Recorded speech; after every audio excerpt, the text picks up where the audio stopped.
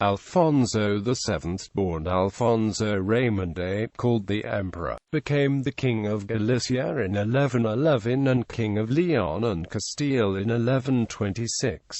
Alfonso first used the title Emperor of all Spain, alongside his mother Urraca, once his mother vested him with the direct rule of Toledo in 1116.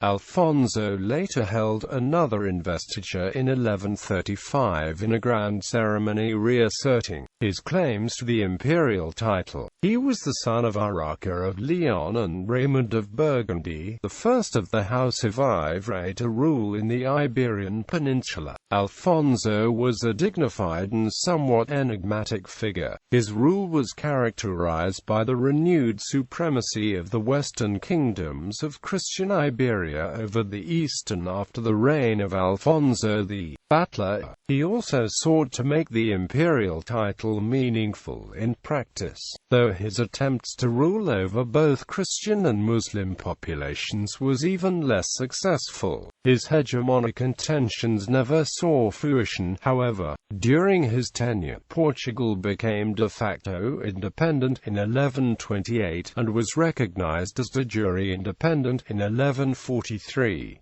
He was a patron of poets, including, probably, the troubadour Macabro.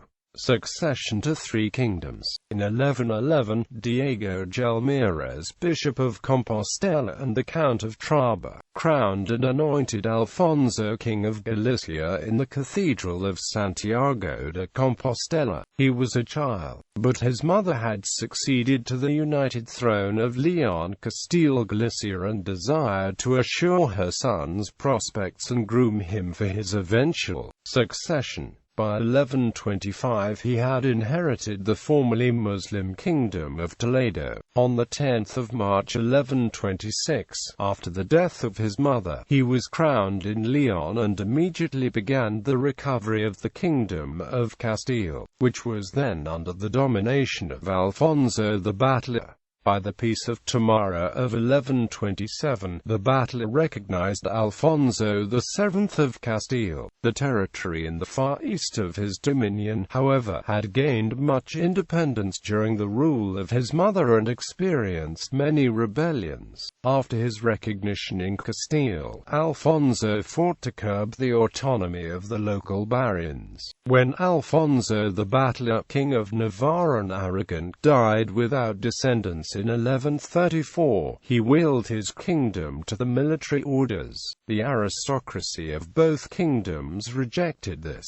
Garcia Ramirez, Count of Monzon, was elected in Navarre while Alfonso pretended to the throne of Aragon. The nobles chose another candidate in the dead king's brother, Ramiro II. Alfonso responded by occupying La Rioja, conquering Zaragoza, and governing the realms in unison. For this point, the arms of Zaragoza began to appear in those of Leon. In several skirmishes, he defeated the joint Navarro-Aragonese army and put the kingdoms to vassalage. He had the strong support of the lords north of the Pyrenees, who held lands as far as the river Rhone. In the end, however, the combined forces of the Navarre and Aragon were too much for his control. At this time, he helped Ramón Berenguer III, Count of Barcelona, in his wars with the other Catalan counties to unite the old Marca Hispanica. Imperial rule. A vague tradition had always assigned the title of emperor to the sovereign who held Leon. Sancho the Great considered the city the imperial culmen and minted coins with the inscription Imperator Totius Hispaniae after being crowned in it. Such a sovereign was considered the most direct representative of the Visigothic kings, who had been themselves the representatives of the Roman Empire, but though appearing in charters and claimed by Alfonso VI of Leon and Alfonso the Battler, the title had been little more than a flourish of rhetoric. In 1135, Alfonso was crowned Emperor of Spain in the Cathedral of Leon. By this, he probably wished to assert his authority over the entire peninsula and his absolute leadership of the Reconquista. He appears to have striven for the formation of a national unity which Spain had never possessed since the fall of the Visigothic kingdom. The elements he had to deal with could not be welded together. The weakness of Aragon enabled him to make his superiority effective. After Alfonso Enriques recognized him as liege in 1137, Alfonso VII lost the Battle of Valdez in 1141, thereby affirming Portugal's independence in the Treaty of Zamora. In 1143, he himself recognized this status quo and consented to the marriage of Petronila of Aragon with Ramon Berenguer IV, a union which combined Aragon and Catalonia into the Crown of Aragon.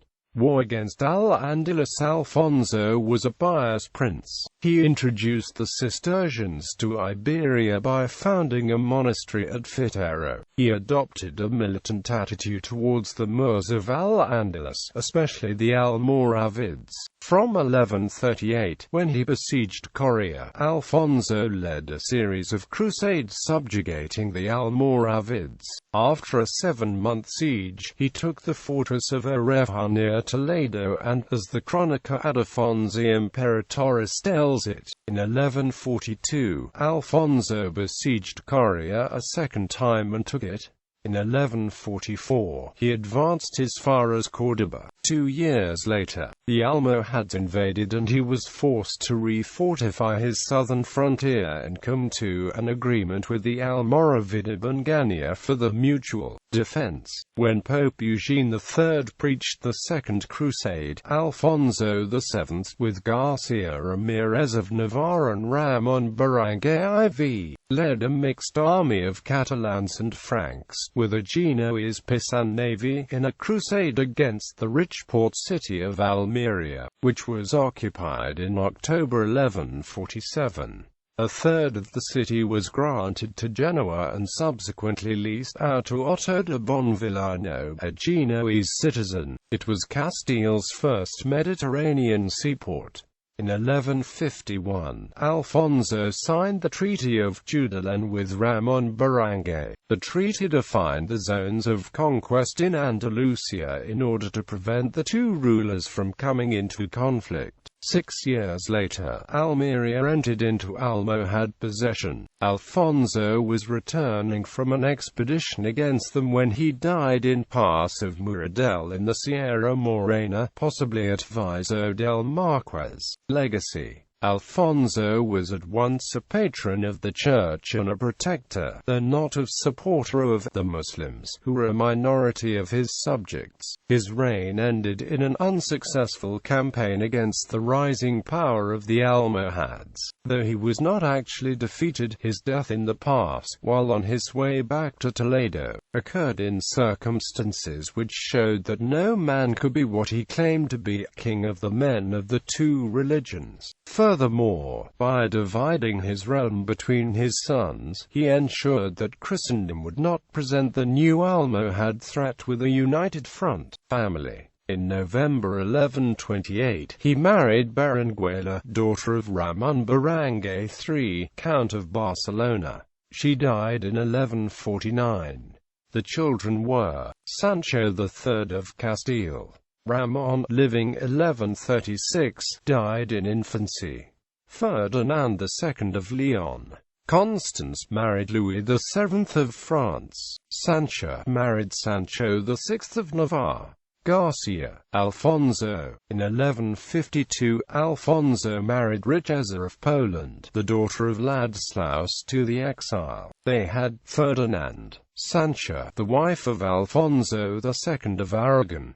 Alfonso also had two mistresses, having children by both. By an Asturian noblewoman named Guntro de Perez, he had an illegitimate daughter, Urraca, who married Garcia Ramirez of Navarre, the mother retiring to a convent in 1133.